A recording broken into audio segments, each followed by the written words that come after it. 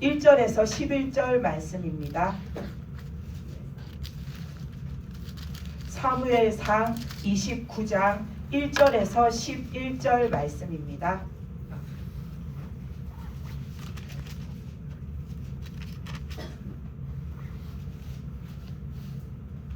(1절에서 11절까지) 말씀을 교독해서 읽겠습니다. 블레셋 사람들은 그들의 모든 군대를 아벡에 모았고 이스라엘 사람들은 이스라엘에 있는 셈 곁에 진쳤더라.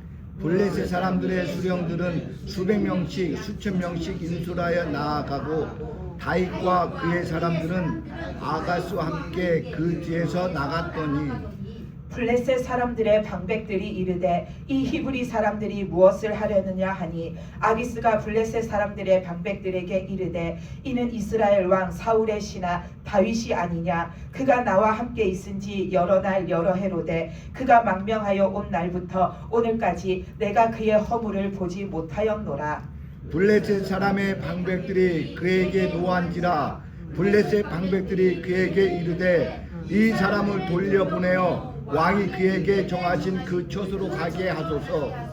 그는 우리와 함께 싸움에 내려가지 못하리니 그가 전쟁에서 우리의 대적이 될까 하나이다. 그가 무엇으로 그 주와 다시 화합하리까? 이 사람들의 머리로 하지 않겠나이까? 그들이 춤추며 노래하여 이르되 사울이 죽인 자는 천천히요 다윗은 만만이로다 하던 그 다윗이 아니니까 하니 아기스가 다윗을 불러 그에게 이르되 여호와께 살아계심을 두고 맹세하노니 내가 정직하여 내게 온 날부터 오늘까지 내게 악이 있음을 보지 못하였으니 나와 함께 진중에 출입하는 것이 내 생각에는 좋으나 수령들이 너를 좋아하지 아니하니 그러므로 이제 너는 평안히 돌아가서 블레셋 사람들의 수령들에게 거슬러 보이게 하지 말라 하니라. 다윗이 아기스에게 이르되 내가 무엇을 하나이까? 내가 당신 앞에 오늘까지 있는 동안에 당신이 종에게 무엇을 보셨기에 내가 가서 내 주의 왕의 원수와 싸우지 못하게 하시나이까 하니 아기스가 다윗에게 대답하여 이르되 내가 내 목전에 하나님의 전령같이 선한 것을 내가 아나 블레셋 사람들의 방백들은 말하기를 그가 우리와 함께 전장에 올라가지 못하리라 하니 그런즉 너는 너와 함께 온 내 주의 신하들과 더불어 새벽에 일어나라. 너희는 새벽에 일어나서 발거든 곧 떠나라 하니라. 이에 다윗이 자기 사람들과 더불어 아침에 일찍이 일어나서 떠나 블레셋 사람들의 땅으로 돌아가고 블레셋 사람들은 이스라엘로 올라가니라. 아멘. 오늘 말씀에서 보면은 우리가 지난번에 봤을 때 다윗이 그 블레셋 가드왕 아기스한테 가가지고 이제 자신들을 좀 보호해 달라고 받아달라고 해서 그 아기스가 다윗과 함께한 사람들이 지낼 만한 그 거처 땅을 이렇게 내어주고 거기에 있게 해줬잖아요. 그래서 이제 다윗이 그 블레셋 땅에서 이제 거하고 있는데 오늘 말씀에 보면 이 블레셋이 지금 이스라엘하고 전쟁을 지금 하려고 해요. 근데 다윗은 상당히 지금 곤란한 지경이 된 거예요. 왜냐하면 다윗은 지금 사울 왕을 피해가지고 자기가 블레셋 땅에 들어가 있으면 사울이 이스라엘 땅에 있으면 온 나라를 휘젓고 다닐 수 있지만 왕이니까 그가 블레셋 땅에는 넘어올 수 없잖아요. 그러니까 다윗이 생각할 때 내가 블레셋 땅에 가면 사울이 더 이상 나를 잡으러 못 올 거야 해서 다윗이 블레셋에 갔더니 진짜로 사울 왕이 다윗이 블레셋 땅에 들어갔다라는 말을 들은 이후로는 그를 쫓지 않았다라고 했어요. 그러니까 다윗은 지금 그 블레셋에 가가지고 가드왕 아기스한테 자신을 의탁하고 있는 거잖아요. 신세를 지고 있는 거잖아요. 근데 블레셋이 지금 이스라엘하고 전쟁을 하려고 하는데 이 아기스가 다윗이 엄청나게 대단한 장수인 거를 아니까 이 다윗도 자기네들 전쟁에 지금 데리고 나간 거예요. 근데 다윗의 입장에서는 나는 이스라엘 사람이니까 나는 왕을 못 도와줍니다. 나는 아기스 왕 편에 못 섭니다 하고 반기를 들면은 당장의 블레셋에서 다윗의 목숨이 위태로울 수 있어요. 그러니까 다윗은 대놓고 나는 이 전쟁에 못 나갑니다라고 할 수가 없어요. 근데 이 아기스 왕의 눈치를 보느라 지금 그 전쟁을 하려고 하는 거기에 지금 나가 있는 상태인데, 그렇다고 해서 다윗이 그냥 거기에 질질 끌려가가지고 그럼 실제로 자기 민족인 이스라엘하고 싸워야 되냐 하면 그것도 그럴 수가 없잖아요. 내 민족, 내 동족, 하나님의 한 백성인데, 이 다윗이 자기도 이스라엘 백성인데 어떻게 자기 민족을 갖다가 칼로 쳐서 죽이는 그 전쟁에 가서 자기 민족을 죽이겠어요. 그러니까 다윗은 이러지도 못하고 저러지도 못해요. 그런데다가 또 다윗은 오늘 말씀 중에 4절 5절 말씀에 보면은 아기스 왕을 제외한 그 블레셋 방백들이 다 한결같이 다윗을 갖다가 지금 의심해요. 뭐 때문에 의심하냐면은 이 다윗을 도대체 왕은 왜 데리고 나왔습니까? 이 다윗이 지금 사울 왕을 피해서 우리나라에 도망쳐 와 있는데, 그렇다고 다윗이 영영토록 우리와 한편이 돼서 우리 땅에 살겠습니까? 언젠가는 자기 나라로 돌아가야 될 텐데, 다윗이 자기를 죽이려는 왕 앞에 다시 돌아가려면 빌미가 있어야 되잖아요. 나가서도 그 사울 왕한테 안 죽을 만한 뭔가를 갖고 나가야 되는데, 그러면은 다윗이 뭘 들고 나가겠습니까? 우리의 목숨을 갖다가 거두어서 자기 왕 사울 왕한테 이렇게 바치면 사울 왕이 다윗을 다시 받아주지 않겠냐? 그러면 다윗은 틈틈이 우리의 목을 노릴 텐데, 도대체 아기스 왕 당신은 무슨 생각으로 다윗을 데리고 나왔냐? 심지어 이 다윗은 이스라엘 백성들이 소리 높여서 그를 찬송하기를 사울이 죽인 자는 천천이지만 다윗이 죽인 자는 만만이라고 그 이름을 높여 외쳤던 그런 장수인데, 도대체 이 사람을 왜 데리고 나왔냐고 모든 블레셋 사람들이 다윗을 지금 의심해요. 의심하고 반대해요. 그러니까 다윗은 지금 이러지도 못하고 저러지도 못하는 굉장히 이렇게 곤란한 상황에 처해 있어요. 근데 다윗이 이런 지경에 처한 것은 다윗의 선택에서부터 비롯된 거예요. 앞서 제가 말한 것처럼 다윗이 그 27장 1절 2절 말씀에서 보면은 다윗이 사울 왕을 피해서 도망다니다가 어디를 가면은 내가 안 잡힐까 생각하다가 내가 블레셋 땅에 들어가면 사울 왕이 더 이상 나를 갖다가 못 쫓아오겠지. 그때는 이제 나 잡을 거를 단념하겠지. 다윗이 그렇게 생각해서 자기와 자기를 따르는 그 600명의 사람들을 데리고 블레셋에 들어간 거예요. 그 블레셋에 들어갔더니 그야말로 그때부터 이제 사울 왕이 다윗을 쫓는 거를 멈추었어요. 그러니까 다윗은 생각할 때에 내가 판단을 정말 잘했구나. 이 블레셋에 오니까 사울 왕이 더 이상 나를 못 쫓아오는구나. 그래서 다윗은 블레셋 땅에 처음에 들어갈 때에 목적은 딱 한 가지였어요. 사울 왕한테 안 잡히기 위해서 그 땅에 들어간 거죠. 근데 이 아기스 왕은 그 사무엘상 21장에서도 보면 다윗이 처음에 이제 사울 왕을 피해서 도망가다가 그 블레셋 땅에 가서 아기스 왕한테 도움을 청하러 갔잖아요. 근데 그때 다윗이 도망쳐 나왔어요. 왜 도망쳐 나왔냐면은 그 블레셋 사람들이, 아기스 왕 밑에 있는 사람들이 다윗이 이제 온 것을 보고서는 저 다윗이 아까 말한 것처럼 사울이 죽인 자는 천천인데 다윗이 죽인 자는 만만이라고 칭하는 그 사람 아닙니까? 저가 왜 우리에게 왔겠습니까? 우리들을 해하려고 온 거, 우리를 정탐하러 온 걸 겁니다. 그렇게 말하는 소리를 듣고서는 이 다윗이 자칫하다가는 내가 아기스 왕한테 도움을 청해서 도움을 받기는커녕 여기서 내 목이 달아날 수도 있겠구나 싶어서 그 다윗이 미친 척하고 침을 막 질질 흘리면서 정신 나간 사람처럼 그렇게 하고서는 거기서 도망쳐 나왔잖아요. 근데 만약에 그게 하나님이 다윗을 도우시려고 예비해 두신 처소였으면 거기에 다윗이 안전하게 거할 수 있는 길을 하나님이 인도해 주셨을 거예요. 근데 처음에 거기 갔을 때 다윗은 오히려 자신이 위기에 처해서 도망쳐 나왔는데, 다윗은 또다시 내가 숨을 곳이 어디 있을까를 생각하다가 블레셋 땅에는 사울 왕이 못 쳐들어오니까 내가 다시 블레셋 땅으로 가야겠다 해서 아기스 왕한테 간 거잖아요. 그랬을 때에 이 다윗은 오늘과 같은 일이 생겨날 거라고는 생각도 못했을 거예요. 내가 내 민족과 대적해가지고 싸워야 되는 그런 일이 생길 거라고는 생각도 못했을 거예요. 우리 사람들은 하나님의 뜻하심에 비하면 그 생각이 그야말로 너무나도 짧고 너무나도 미련해요. 아멘. 우리는 사람은 한 치 앞도 모른대잖아요. 내일 내한테 어떤 일이 생길까는 고사하고 우리가 이 예배가 끝난 다음에 어떤 일이 생길까도 우리는 몰라요. 우리는 한 발짝 걸은 다음에 그 다음에 나한테 어떤 일이 올지도 우리는 몰라요.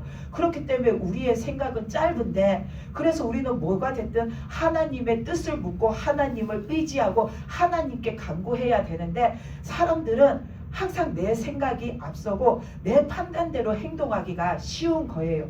다윗도 그러니까 자신이 생각했을 때 그곳이 안전하다 하고 들어갔는데, 그 안전은 처음에 보장을 받아서 1년 4개월인가 1년이 넘게 이 아기스 왕 밑에서 이렇게 보호받고 살아요. 그 사는 동안에는 다윗은 내가 선택한 것이 참 잘했다라고 생각했을 건데, 오늘과 같은 이런 일이 생기니까 얼마나 지금 난감해요. 그러니까 우리는 모든 것을 하나님의 뜻 앞에 맡기고 하나님의 뜻을 이렇게 우리는 물어봐야 돼요. 아멘. 왜냐하면 우리는 아무것도 모르고 아무것도 할 수 없고 한 치 앞도 모르는 존재이기 때문에 늘 하나님의 뜻을 구하고 살아야 하는 거죠. 근데 다윗은 오늘 말씀에서 보면은 늘 하나님을 바라보고 사는 자잖아요. 그러니까 하나님은 지금 이 상황 속에서도 다윗이 피할 길을 내어주세요. 오늘 말씀에서 보면은 다윗이 공경에 처했는데 그 블레셋 방백들이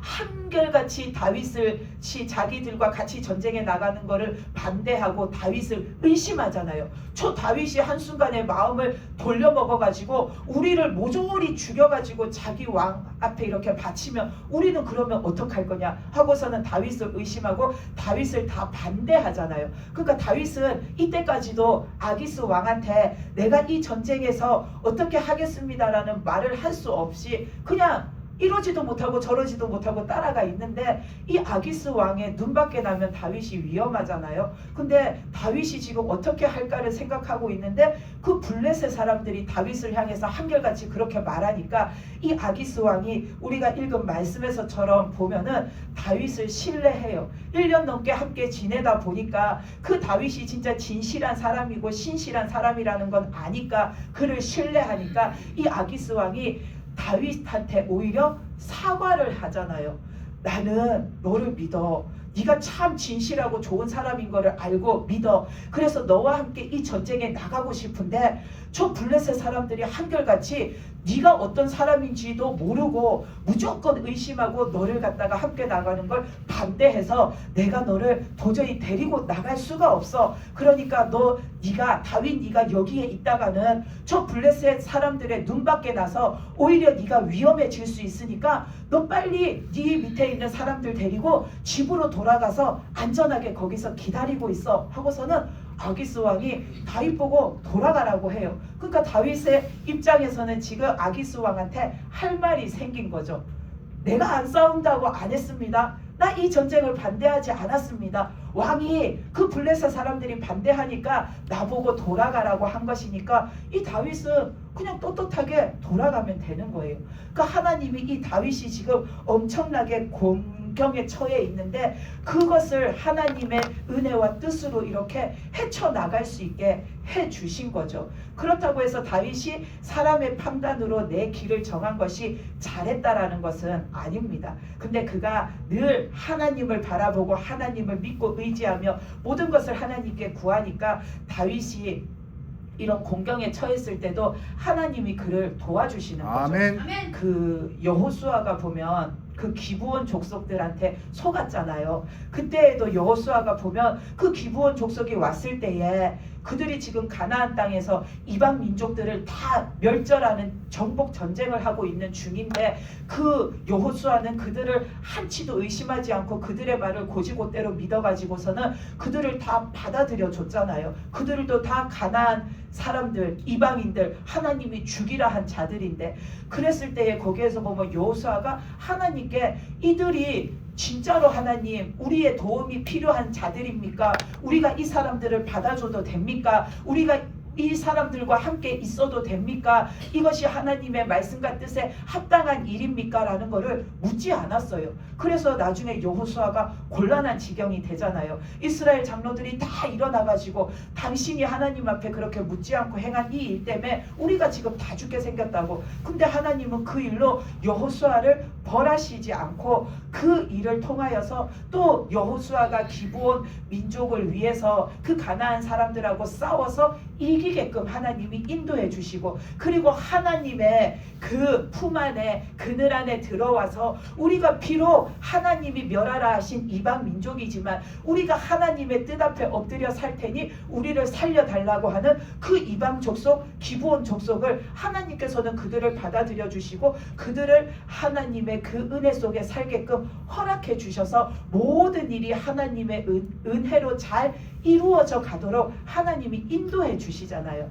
거기에서도 보면 여호수아가 다윗과 같이 실수를 한 거예요. 근데도 그의 믿음의 마음은 하나님 앞에서 그릇된 것이 아니기 때문에 하나님은 그의 실수를 용서하시고 그가 그 일을 헤쳐나갈 수 있는 길을 열어주시는 거죠. 그러니까 우리는 하나님 앞에 모든 것을 내가 하나님의 뜻을 묻고 살고 하나님 뜻대로 살아야 하는 이유가 여기에 있는 거죠. 우리는 아무것도 몰라요.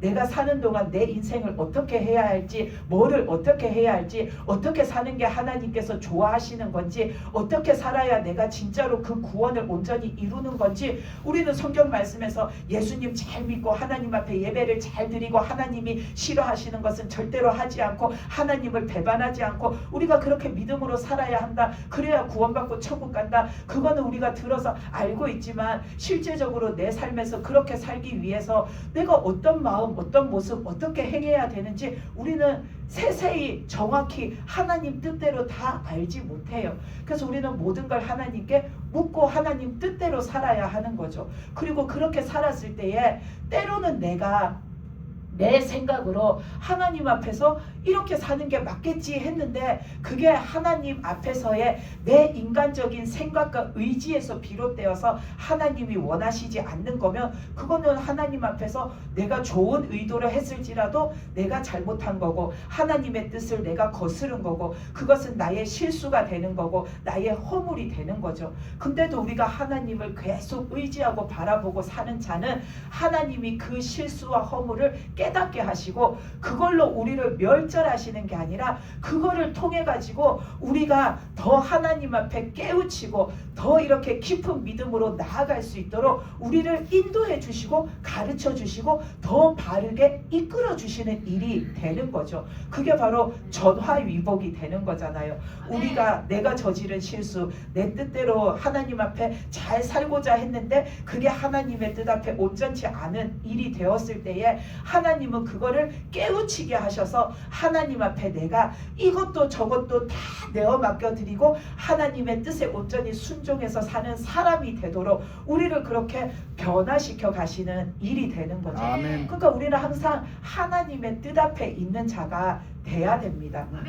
우리가 그 성경 말씀을 보면은 하나님은 항상 사람을 잘못된 길로 인도하시지 않아요. 아멘. 사람이 잘못된 길을 가요. 그게 악해서 그 길을 가는 사람도 있지만 하나님을 잘 믿는 사람도 무지해서 때로는 내가 어리석고 때로는 내 생각이 너무나도 모자라 가지고 내가 잘못 판단해서 어긋난 길로 갈 때가 있어요. 근데 사람이 내 의지와 내 판단으로 잘못된 길을 갈 수 있지만 하나님이 우리를 잘못된 길로 인도하시진 않아요.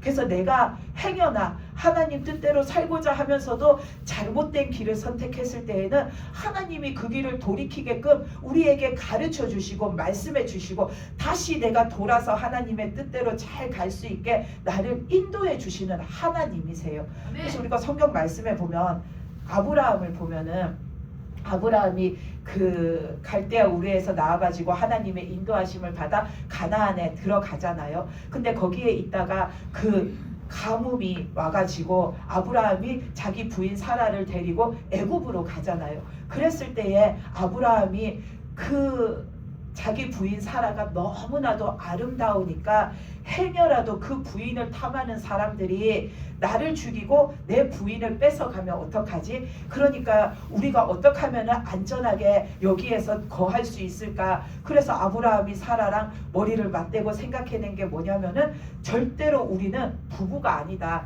당신은 사람들이 당신이랑 나랑 어떤 관계냐 하면 누이라고 말하라고 하잖아요. 그러면은 사람들이 부부가 아니니까 내 부인이 아니니까 사라를 빼앗으려고 나를 죽이는 일이 안 생길 거라고 아브라함은 생각한 거예요. 그 생각을 했을 때에 아브라함은 어느 정도는 그래도 안도했을 거예요. 이렇게 하면은 안전하겠지. 이렇게 하면은 괜찮겠지. 근데 그거는 하나님의 뜻이 아니라 그들이 고안해낸, 그들이 생각해낸 그들의 생각 방법이었잖아요. 이렇게 사람들에게 말하면 우리가 안전하게 여기서 살 수 있겠지. 근데 안전하지 않았어요.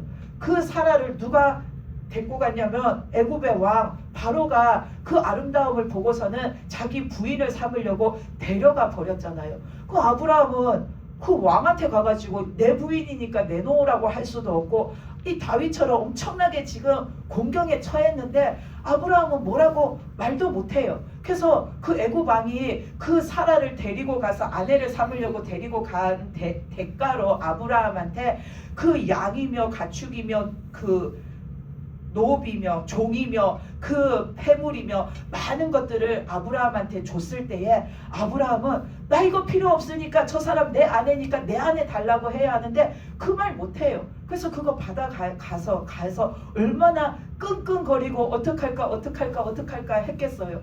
우리는 그렇게 되게 미련하게 살아요. 내 생각에는 이렇게 하면 되겠지? 이렇게 하면은 내가 안전하겠지? 이렇게 하면은 이게 내 살 길이겠지 싶은데 그것은 절대로 완벽하지도 안전하지도 않아요. 하나님이 주시는 길, 하나님이 주시는 방법이 온전히 우리를 살리는 길인 거죠. 그래서 그 말씀에서도 보면 아브라함이 자기가 생각해낸 방식으로 하다가 공경에 처했는데 아브라함이 악한 마음으로 한 일은 아니잖아요. 그러니까 하나님이 그 아브라함을 공경에서 구해주세요. 애굽 왕한테 나타나셔서 하나님이 그가 그의 부인인데 네가 어찌하여 그 여자를 데려가서 네 아내로 삼으려고 하냐. 그래서 하나님이 그 집안 그 애굽 왕 바로의 집을 갖다가 하나님이 그 큰 벌을 내리시려고 하시잖아요. 그러니까는 그 왕이 화들짝 놀래가지고 아브라함을 불러다가 네가 왜 나를 속였냐? 네 아내면 아내라고 말하지. 네가 말하지 않아가지고 지금 우리가 다 죽을 뻔하지 않았냐 하고서는 너는 빨리 네 아내 데리고서는 너는 네 고향으로 네 집으로 돌아가라고. 그러고서는 그들을 갖다가 다 이렇게 왕이 보내줘요. 그거는 하나님이 아브라함도 사라도 그 공경 가운데 건져서 살려주신 거예요. 아멘. 그러니까 우리들은 내가 생각하는 게 참 옳고 야 진짜 내가 어떻게 이런 생각을 해냈지 싶은데 하나님 앞에서 보면은 어이구 할 정도로 어리석은 생각들이 많아요. 그래서 우리는 내 생각으로 살면은 실수하기 쉽고 내 생각으로 살면은 넘어지기 쉬워요. 그리고 또 우리가 그 모세를 보면은 모세가 이제 어른이 되었을 때에 자기 민족들 히브리 민족이 그 애굽 땅에서 노예 생활을 하면서 핍박받는 거를 보니까 막 울분이 막 치솟아 올랐잖아요. 어떻게 우리 민족이 저런 환경 속에서 저런 대우를 받으며 저렇게 노역을 하며 핍박을 당하고 사나 어떻게 해야 될까? 그럴 때에 그 애굽 사람이 그 자기 민족 히브리 사람을 갖다가 빨리 일하라고 그를 재촉하면서 채찍으로 때리는 것을 그 모세가 봤을 때에 모세가 화가 난 거죠. 그래서 모세가 그 애굽 사람을 쳐서 죽였잖아요. 그리고서는 그 모래에다가 파묻었는데 모세는 그것이 정당방위라고 생각했어요. 내가 내 동족을 지키기 위해서 한 일이야. 내가 저 악한 애굽 사람한테서 이 사람들을 내가 지키려고 살리려고 도우려고 한 정의로운 일이야. 모세는 그렇게 의로운 울분이 일어나가지고 자기가 한 일이 정당하다라고 생각했어요. 근데 그 일이 탄로가 났잖아요. 사람들이 알아버렸어요. 모세가 그 애굽 사람을 쳐 죽였다라는 거를 알아버렸어요. 그러니까는 모세가 거기에 더 있다가 자기가 살인한 죄가 발각이 되면 자기가 죽게 생겼으니까 모세가 미디안 강야로 도망을 가서 40년 동안 거기에서 살잖아요. 거기에서 사는 동안에 모세는 내 인생이 이제는 아무것도 없구나, 내 인생이 한마디로 이제는 끝났구나라는 심정으로 그 광야에서 그가 그 장인 이드로 집에 얹혀 살면서 그 양을 돌보면서 사는 하루하루가 뭐 그렇게 즐겁고 기쁘고 보람찼겠어요. 자신의 처지를 생각하면 내 인생은 이걸로서 이제 마감을 짓나 보다라고 모세는 생각했지만 나중에 보니까 그 시간 40년이라는 시간이 하나님께서는 모세를 더 의로운 사람으로, 더 믿음의 사람으로, 더 온유하고 하나님 뜻에 온전히 순종하는 사람으로 하나님이 다듬어 가시는 연단의 시간이었어요.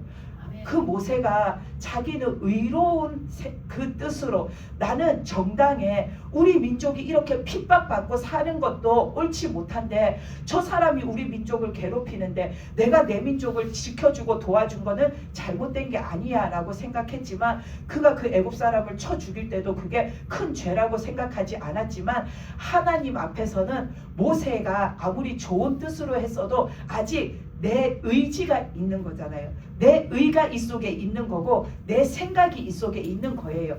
우리도 하나님 앞에서 하나님을 믿고 살 때에 나는 하나님 앞에 참된 믿음으로 잘 살고 하나님을 잘 섬기려고 내가 생각하고 내 이렇게 힘과 노력과 의지로 무언가를 하나님 앞에 해드리는데도 그것이 하나님이 기쁘게 받지 않으시고 하나님이 잘했다 하지 않으실 때가 있어요. 왜냐하면 거기에는 내 의지, 내 힘, 내 노력, 내가 생각하는 것이 아직도 거기에 있기 때문인 거죠.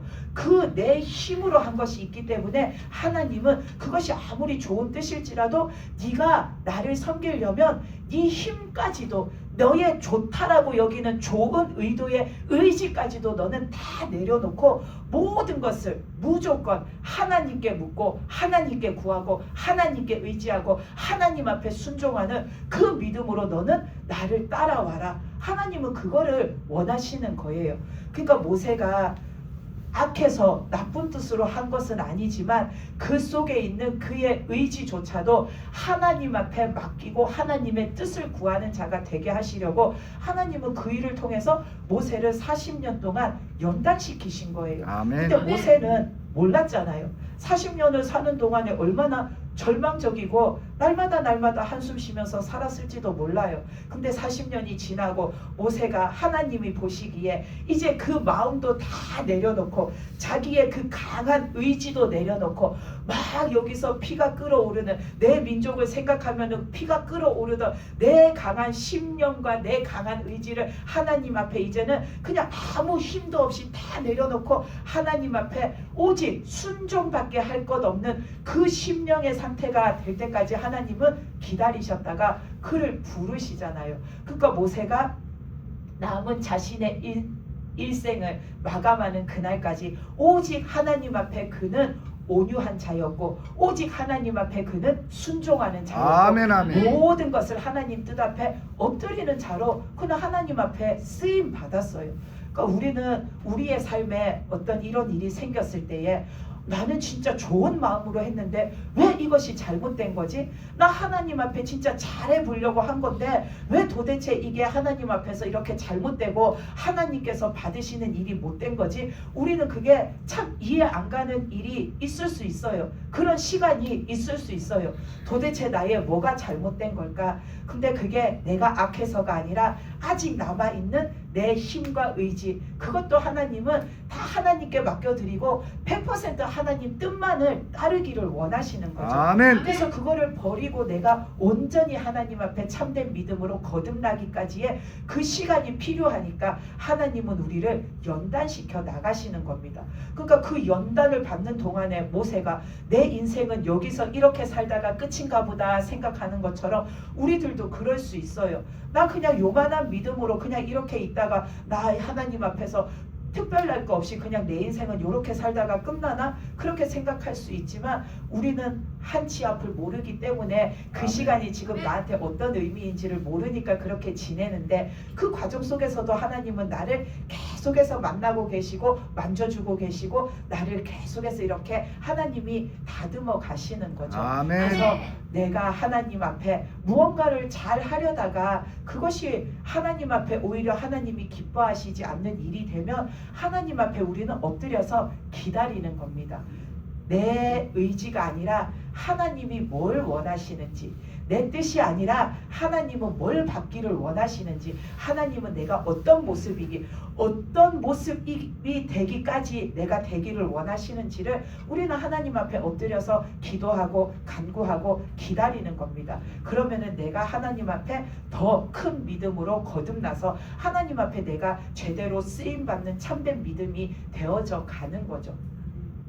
그리고 우리가 또 한 사람만 더 보자면 베드로가 있잖아요. 베드로가 그 예수님을 처음 이제 갈릴리 그 바닷가에서 만났을 때에 예수님이 그 배를 정리하고 있는, 물고기 잡고 이제 돌아와서 그물과 배를 정리하고 있는 베드로 그 배에 올라타셨잖아요. 올라타시고는 베드로한테 뭐라고 하셨냐면, 너 다시 물고기 잡으러 나가라고, 너 저 바다 한가운데 나가서 깊은 데로 나가서 다시 그물을 내려보라고 예수님이 그렇게 말씀하시잖아요. 그 그물을 내려보라 하시는 것은, 그러면은 너 지금 물고기를 한 마리도 못 잡고 돌아왔는데 너 내가 말하는 대로 저 깊은 바다로 가서 다시 그물을 내리면 물고기가 반드시 이렇게 그물에 걸려 올라올 거야. 예수님은 그 말씀을 하신 거잖아요. 그래서 베드로가 순종을 할지 어떨지 보시는 거죠. 그렇게 말했을 때에 베드로가, 우리는 이미 말씀을 아니까 순종한 걸 알아요. 거기에서 보면은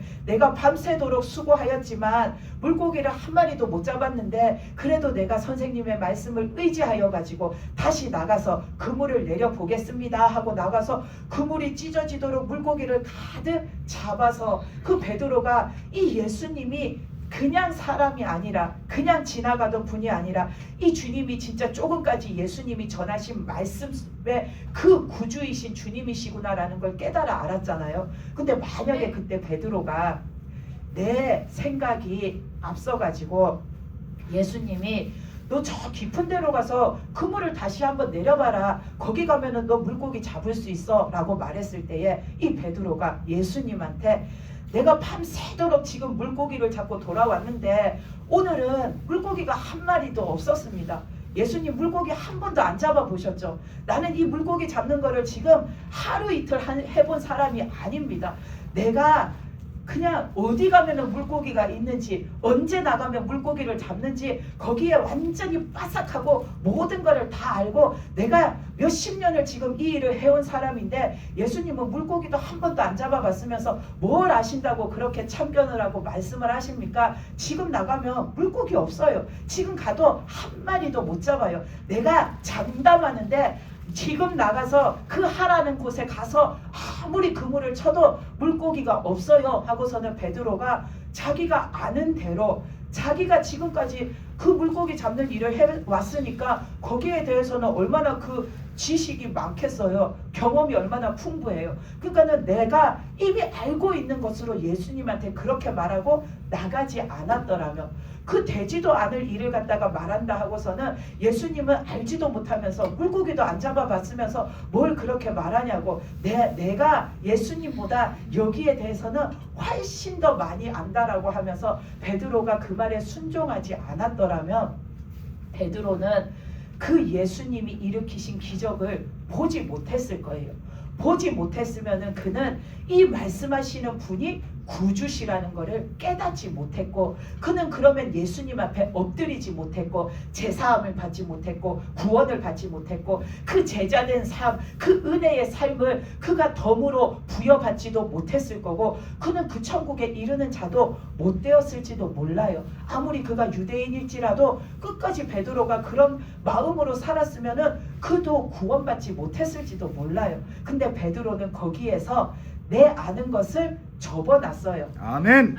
예수님의 말씀 앞에 내 생각과 내 판단과 내가 아는 거 그 모든 거를 일단 접어놨어요. 그리고는 예수님의 말씀을 듣고서는 제가 그러면 그렇게 한번 해보겠습니다. 거기에 대해서 이렇다 저렇다 맞다 아니다 토달지도 않고 베드로는 제가 그렇게 해보겠습니다 하고 나가서 순종했더니 구주이신 예수님을 만났잖아요. 우리들도 충분히 그럴 수 있어요. 아멘. 하나님이 뭔가 우리한테 어떤 말씀을 주시잖아요. 근데 나는 그 말씀이 내가 생각할 때에 이 일이 될 건가 안 될 건가가 판단이 되어지는 거예요.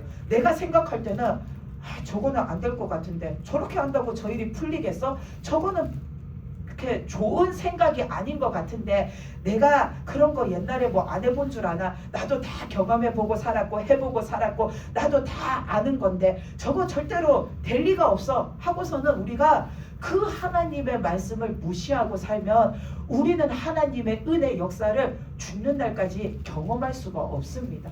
내가 아무리 예전에도 그 일을 경험해 봤을지라도 그거를 내가 이미 아는 일일지라도 나한테 거기에 대한 지식이 많을지라도 하나님 앞에서 나는 아무것도 아닌 사람입니다. 아멘. 그리고 하나님은 세상에 절대로 안 되는 일도 되게 하시는 하나님이에요. 하나님은 우리를 구원하신 하나님이고 아멘. 죽은 자를 살리시는 아멘. 하나님이시고 하나님은 무에서 유를 창조하신 하나님이십니다. 아멘.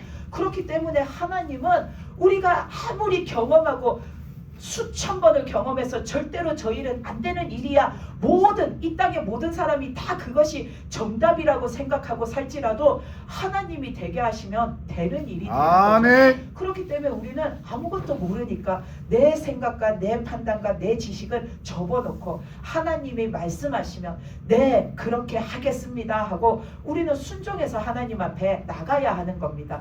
그럴 때에 하나님이 역사하시고 그럴 때에 우리가 하나님의 은혜를 맛보고 하나님의 역사하심 속에 내가 살아가는 자가 되는 겁니다. 아멘. 그래서 오늘 말씀에서 보면 다윗도 한순간 내 앞에 있는 그 일만 생각했잖아요. 사울 왕을 피할 방법이 뭘까? 근데 그래서 블레셋에 갔는데 거기에서 이런 일이 일어날 거라고는 꿈에도 생각을 못했는데 자칫하면 자기가 지금 자기 민족을 갖다가 죽여야 될 판에 놓였는데 하나님은 그럼에도 그 다윗이 그 공경에서 이렇게 헤쳐나올 수 있도록 하나님이 길을 열어주시잖아요. 우리들도 하나님을 내가 온전히 믿고 의지하고 따를 때에 하나님께서는 우리를 늘 옳은 길로 이렇게 인도해 주십니다. 그리고 하나님의 인도하심을 우리가 받기 전에 언제나 우리는 하나님 앞에 엎드려서 하나님의 뜻이 뭔지 내가 어느 길로 가야 되는지 먼저 묻는 자가 되어야 합니다.